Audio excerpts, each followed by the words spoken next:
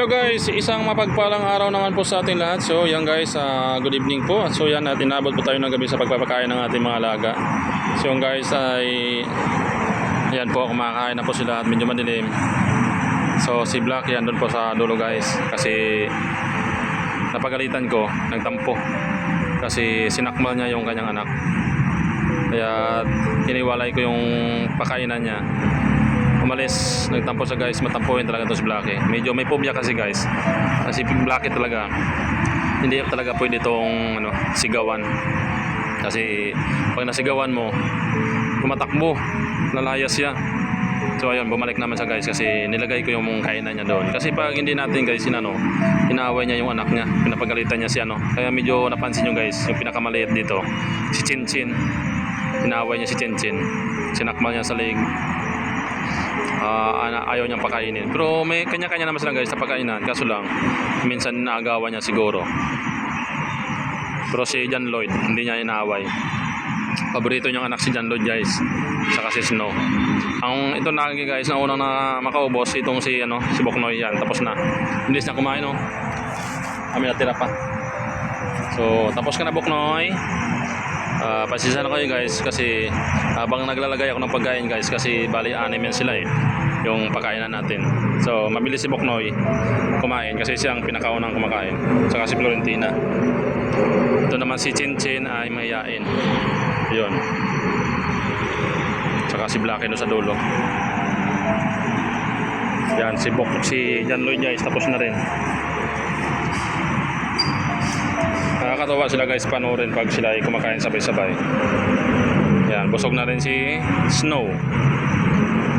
Florentina, kakainin niya yung pagkain niya ni Boknoy na natira. Clearing officer kasi guys itong si Florentina. Tingnan nyo naman yung katawan niya, yung tiyan niya. Saka yan si Blackie yan doon. Si Blackie guys ay hindi natin makita masyado. Yung kanyang suot lang natin makikita, ang kulay puti.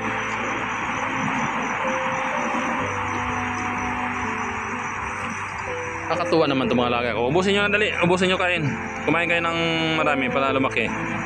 Umihi na rin si Florentina. Bigla nang nawala si Boknoy. Nagbagsak na naman guys ng kanyang dumi doon sa gubat, sa damuhan. Sana si Boknoy? Inom sila ng tubig. Ayaw ba ng tubig guys? Doon sila papasok sa loob ng bahay.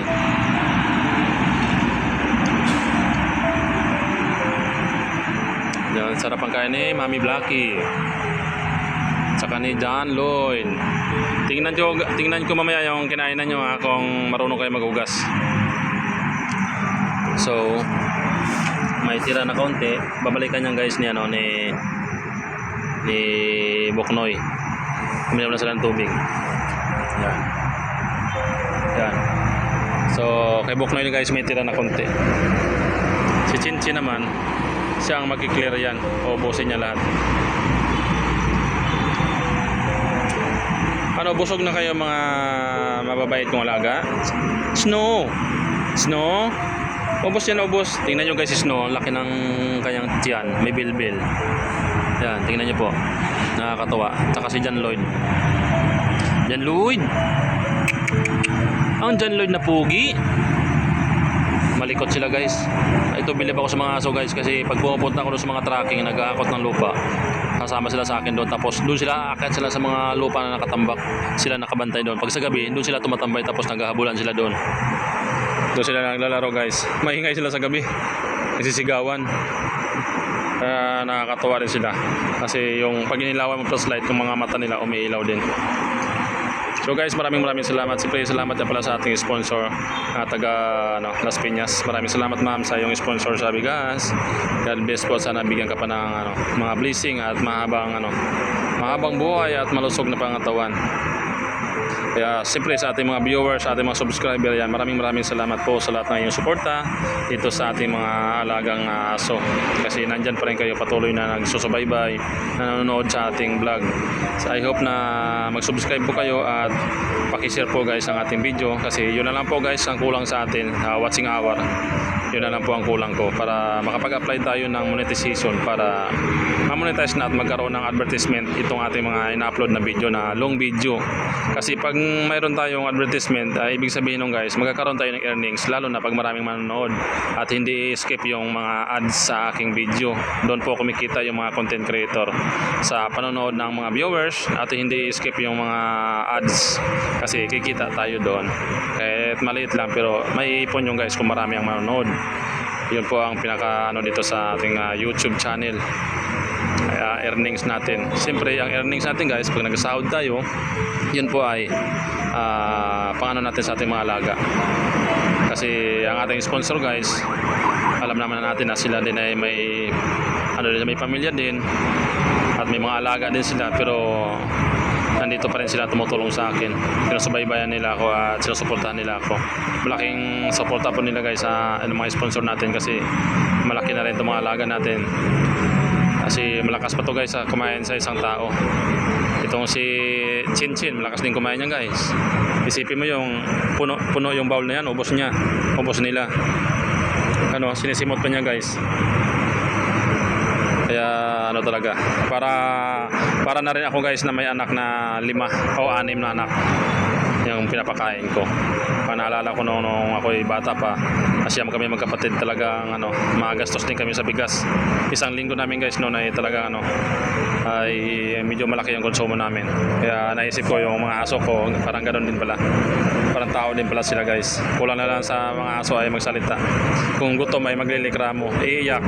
Titingin nila sila sa akin guys pag gutom sila, pupunta sa akin, pabalik-balik, lalo si Boknoy at si Florentina. Kaya medyo naawa talaga ako guys. Kaya minsan pag medyo gipit ay yung mga kulang ang kain nila, naawa ko. Binibigyan ko silang dugpod, yun ang pang-suporta ko.